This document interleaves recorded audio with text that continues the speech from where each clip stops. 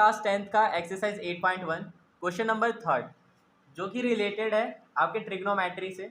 तो साइन ए की वैल्यू दी हुई है 3/4 और आपको कॉस ए और टेन ए की वैल्यूज फाइंड करनी है। तो ऐसे क्वेश्चंस के लिए सबसे पहले आपको राइट एंगल ट्रायंगल ड्रॉ करना है और उस राइट एंगल ट्रायंगल में सबका नेमिंग ज़रूर कर दें।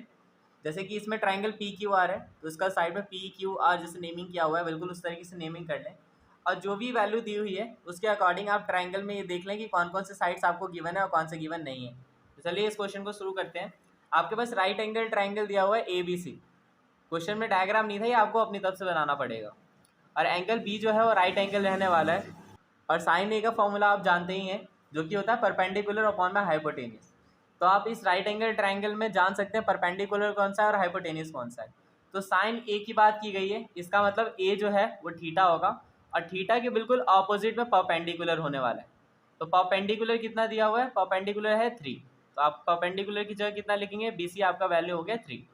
तो इस तरीके से B C is equals to 3 लिख लेंगे आप। और हाइपोटेनियस कितना दिया हुआ है, तो हाइपोटेनियस है यहाँ पे 4।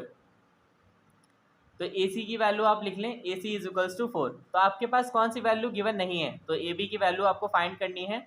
तो आप A B is equals to find कर लेंगे। तो आपके लिए पाइथागोरस थ्योरम है जिसका यूज़ करके आप ये थर्ड साइड को फाइंड कर सकते हैं। तो यहाँ पे आप लिख सकते हैं यूजिंग पाइथागोरस थ्योरम। तो यूजिंग पीटी आप शॉर्ट में लिख लेंगे। और हाइपोटेनियस का square is equals to perpendicular का स्क्वायर प्लस बेस का स्क्वायर यूज़ करेंगे फॉर्मूले को। हाइपोटेनियस क्या है, तो हाइपोटेनियस ए सी है, तो ए सी का square is equals to perpendicular क्या है, तो थीटा के बिल्कुल अपोजिट वाला परपेंडिकुलर होता है। इसका मतलब बी सी जो है वो परपेंडिकुलर है, तो बी सी का स्क्वायर प्लस बेस, तो बेस हमारा ए बी है तो ए बी का स्क्वायर आप लिख लेंगे। तो जो भी वैल्यूज़ गिवन है सभी वैल्यूज़ को यहाँ पे पुट कर लें। ए सी की जो वैल्यू है वो यहाँ पे दी हुई है 4। तो ए सी की वैल्यू 4 है तो 4 का स्क्वायर लिख लेंगे आप is equals to B C की वैल्यू 3 है तो 3 की स्क्वायर लिख लें। उसी तरीके से ए बी की वैल्यू फाइंड करनी है तो ए बी की जगह ए बी ही रहने दें आप। तो 4 का स्क्वायर 16 होता है, 3 का स्क्वायर 9 होगा प्लस ए बी का स्क्वायर। तो इस 9 को आपको उधर सब्ट्रैक्ट होने के लिए भेजना है। आपको बस इस 9 को दूसरी साइड में सब्ट्रैक्ट होने के लिए भेजना है। तो 16 में से 9 को आपको सब्ट्रैक्ट कर देना इज इक्वल्स टू क्या होगा, is equals to A B का स्क्वायर लिख लें आप। ओके, तो 16 में से 9 जाएगा तो अगर आप इसे सॉल्व करेंगे तो यहाँ पे आपकी वैल्यू बचेगी 7। तो इस तरीके से 7 is equals to A B का स्क्वायर। तो अगर आप इधर से स्क्वायर हटाते हैं तो यहाँ से स्क्वायर हटाने के बाद यहाँ पे रूट चढ़ जाएगा। तो इस तरीके से आपने ए बी की वैल्यू कितनी फाइंड कर ली है, √7। तो यहाँ पे ए बी हमने √7 फाइंड कर लिया। तो अब आपको क्या करना है, आपको बोला गया था कि कॉस ए और टेन ए की वैल्यू फाइंड करनी है।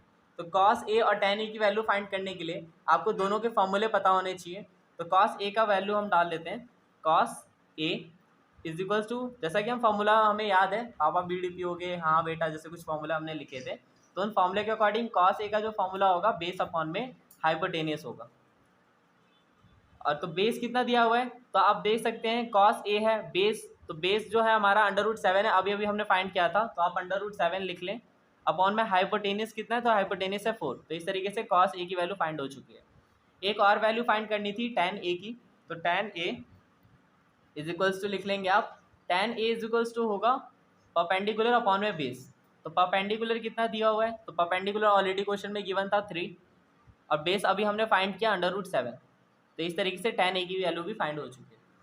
तो आपको cos ए और tan ए की वैल्यू फाइंड करनी थी, इस तरीके से हमने फाइंड कर लिया है। आप चाहें तो अलग से इस क्वेश्चन को अपने ही अकॉर्डिंग मॉडिफाई करके सॉल्व करें। इसके अंदर आपको बस क्या है, जितने भी sec है या फिर cosec या फिर cot, इन सब की वैल्यूज़ अपने फॉर्मूला को पुट करके उसके अकॉर्डिंग सॉल्व कर लें। तो इस तरीके से आपके बाकी क्वेश्चन सॉल्व होने वाले हैं। तो मिलते हैं नेक्स्ट वीडियो में, तब तक के लिए थैंक्स फॉर वॉचिंग।